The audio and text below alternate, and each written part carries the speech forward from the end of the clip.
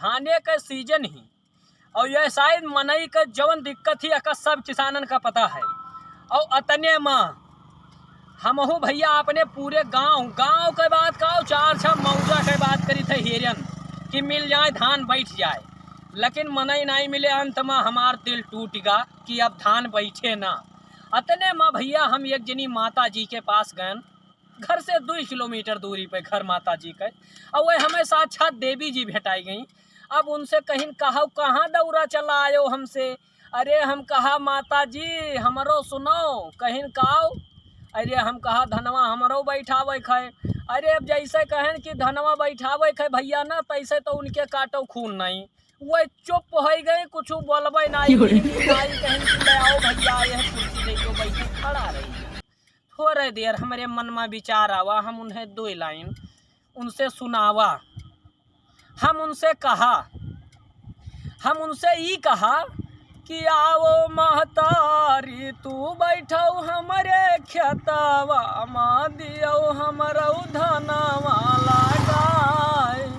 नहीं बोली इतने माँ चुप रही। तब हम फिर उनसे कहा अरे बोलो महतारी तू मुँह तानी खुआलो और हमार करो कौन उपाय। एकदम वही बोलबे नाई किहिन। अतने माँ भैया जब नाई बोली तब हम उनसे फिर कहा कि कौन परेशानी जो हुई महतारी वह का दियो हमसे बताए। अब जब ये कहें तो थोड़े भाई माता जी के दिमाग तनी थोड़े हलचल मची। तब हम जाना अब हमार धान बैठ जे भैया।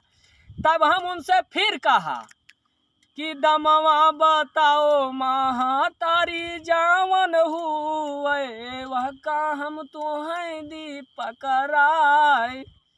अब जब दाम के नाव लिहन भैया तब कोई बूढ़ा हमसे कहिन कि जाओ भैया भागो तू अपने घरे जाओ सवेरे दिहौ कंदाई कराए। तब हम भाई खुश भेन चले लागन। हम कहा चली थे माता जी। तब वो हमसे फिर एक दाई कहीं हे भैया यारी आओ आयन लौट के। हम कहा बताओ मातारी।